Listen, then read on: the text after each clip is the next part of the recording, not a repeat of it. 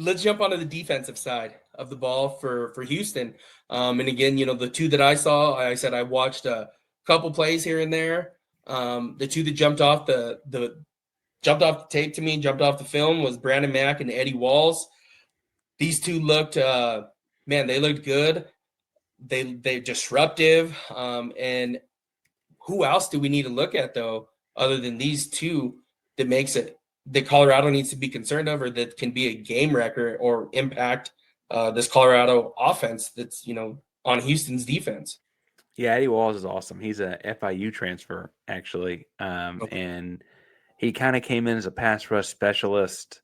That was certainly his rap at FIU, and they played Rice last week, and I'm sure no one in Colorado knows because why would you? But Rice has transitioned to running a true, like they call it the gun choice, but it's like a triple option from the gun kind of offense. Okay. And I tried to say on my show actually in Texas, man, a gun choice that we got to pick a different name. So I mean, it's we go to Lubbock, and then everybody's sitting there telling me yeah, guns up, and I'm like, no, we guns, gotta no pick a different guns, name. yeah, Yeah, I gotta pick a different name. But so that's the case with Rice, and so it's like, okay, well, what's Eddie gonna do this game? They're not gonna pass the ball, right? And he played really well. He and Brandon, as you mentioned, both played really well in that game. Brandon Mack is a SEC-sized guy. He went to Ole Miss initially. I would want to get on the field there. I was getting hurt a little bit, but also just wasn't seeing the reps he wanted. But he certainly looks the part. He plays more of the hybrid linebacker / defensive end role. Eddie Walls is more of a traditional hand to the dirt defensive end. As far as other names to know, I think you got to talk about LaTrevion McCutcheon. I don't know what position he plays at the NFL level. He's let me make sure I got the height, weight right here. But LaTrevion is, I want to say, a linebacker, but I could also see someone telling me that he's more like defensive end that's a little undersized. He's closer to 240. He's about 6'2". He just we call him the hybrid spot. He just plays in the box, and he's just gonna be in the box, and he's gonna mess some stuff up, and he's gonna rush the passer.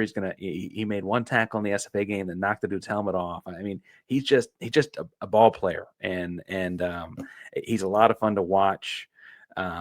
He's kind of grown into his own too. He's a redshirt freshman last year. That's kind of learning college football and all that, and his brother is a corner.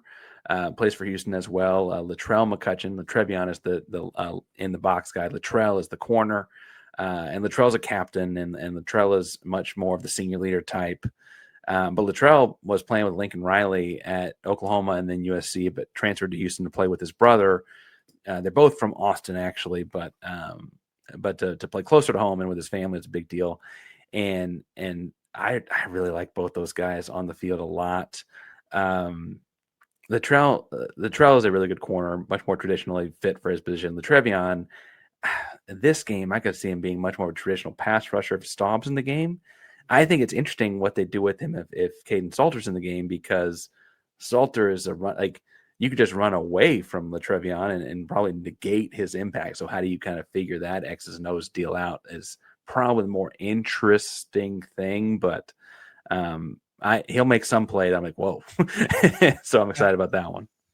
Oh yeah, no, that sounds that someone to keep, and that's one that you I didn't even know about, right? I was just sitting here looking at these two, like, okay, who are the two on the defensive line, or within the box, right? To play within the box, right? Your edge linebacker, D lineman that is going to wreck the game for Colorado, right? That is what I see. That is what we've come accustomed to with Colorado's lack of an offensive line. Again, that has not been the case this year. Colorado has a massive offensive line, but they're still figuring that out as well. Like we just talked about, it is PFF says they got a pro. I might be under a young guy though, but PFF stuff acts like they have a pro somewhere in the office. I mean, yeah, that helps a lot. IMG guy from IMG Academy, Jordan Seaton, left tackle. He was the number one tackle coming out. I think it was on one of those ESPN shows. Mm-hmm. He committed live to Colorado, and everybody was just shocked because he wasn't right, according to like Rivals, On3, 24/7. Wasn't even Colorado wasn't even in the top three, and he comes to Colorado, and he does one of the things that in Colorado fans say is he goes, if you're a dog, then come to Colorado. And that's just kind of how he does his recruiting pitch.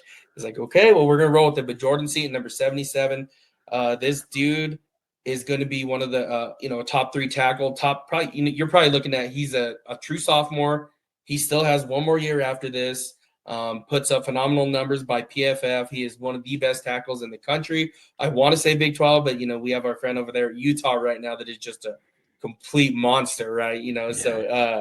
But I am very I'm pretty sure that he would be a first round pick this year, and then after next year you're probably looking at a top 10 pick. But he is man, that dude is a phenomenal left tackle. So I'm sure that's who they are talking about, though. So and without knowing a lot of the backstory or who it was, I was like, oh, doing my research, like, oh, they've got someone who can hold him, so we'll see how that transitions.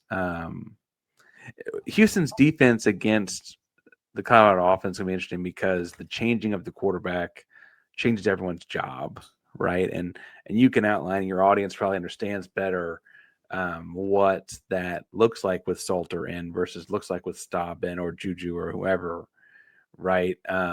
I think that if it's Staub, you probably are going to see the more traditional, defense coordinator, Austin Armstrong. He was at Florida before Houston, Southern Miss before that. He's really young, but has kind of been a climber. He was a GA at Georgia, and he worked with Alabama for an offseason and whatever.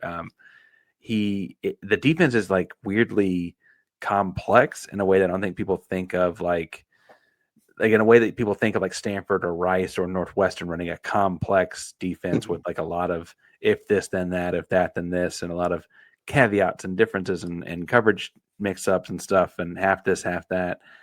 The guys have not played a Colorado or a Big 12 team, but have certainly taken to it in a way that it has felt good. It took 111 minutes of football for them to give up a touchdown, and it was against Rice. And you wanted to pitch another shutout, you couldn't quite get that part done. But I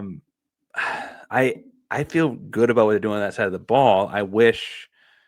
And it sounds like Staub's the guy. I wish they had a more definitive answer there because they are such different offenses to prepare for, though, Manny. Yep, and that was the hope going into the season was Julian Lewis is going to come in and you're going to call the Shador offense. Caden Salter comes in and here we go. We have a whole different package. One of the things I've said is, why don't you guys just use what Georgia Tech did to you guys and just let Caden Salter run that offense? That is like, seriously, just run every single play they did, right? That is like my oddest belief there, right? Because that's what they did. Haynes King carved the Colorado defense up. And again, quite frankly, that's what they should have been doing. Don't even look at running, any read options. Run quarterback power to the right here, right between your B or C gap. Pick one, right? Let's run that, get right through there, whatever hole's open. Caden get it and just shoot right through there. But it has been trying, and again, one of the things that Colorado does is there's a lot of, as you can tell in Colorado, especially, in the Denver area, there is a ton of Bronco fans. Any one of them that you want to ask them about Pat Shurmur, they absolutely hate the guy. So he's back in the state of Colorado. This is his second year there. And again, I'm not a Bronco fan. I just don't tell the fans who my NFL team is because I'm trying to gain an audience, not lose one here. So I don't bet you that much, Parker. So please don't ask. But one of the things they do is they run a lot of horizontal screens that are drive killers. Quite frankly, they're not running them correctly. They're going to run one. So I think it was one of the first drive, maybe it might have even been the first or second play. Colorado ran a wide receiver tunnel, right? They threw it, and I was like, that's picked. That's picked. I do not know what happened. Somebody said it was designed. It was not designed. That would be a terrible design play. It looked like the Delaware corner was just shooting it because he's like, here it comes. The receiver, I think, that was supposed to catch it, blocked him. The receiver that was supposed to, be coming down to set the tunnel up, caught it and took off down the field. And I'm like, okay, so if Delaware knows we're doing this, and again, it is no knock at Delaware. It is just a matter of time, though, before one of those is picked off, pick six. And again, hopefully they have scrapped that and just said, hey, no more horizontal plays. We're just going to go forward, man. Like, that is all we're asking. So, and again, the play calling also has not helped out Caden Salter. You know, and again on those big plays that Sincere Brown caught from Ryan Staub switched the play and said, "Okay, you're in man, go." It was not like a audible, you know, check in and out. It was looked at him and you know, it was like when he's in man to man because Sincere Brown transfer from Campbell 6'5", runs 4.3, 4.4, just completely fast. I think he set the you know, over the first 2 weeks, or I guess 3 weeks with week zero, whatever you want to call it. He is the fastest recorded time. I think it was like 20 point something miles per hour on that one he caught against Delaware for 71 yards. Dude is just like a, you know, a freak, right? Off the chart measurables. And Ryan Staub audibled and was like, go, you know, go. If you're in man, go. And I'm just going to throw it up and you're going to run underneath it. So it does kind of, you know, I'm glad that Staub's able to do that. But at the same time, it's like, that shouldn't be, this should be in the game plan, right? In my opinion. Right. So it's a lot going on there with Colorado. I hope they figure it out on offense. But again, like you said, I think you guys are catching them at the right time right now. It certainly feels, and it feels, like I said, better to catch them now than later. Because like even if it's Juju, they've got young talent, and they just got all these guys on campus.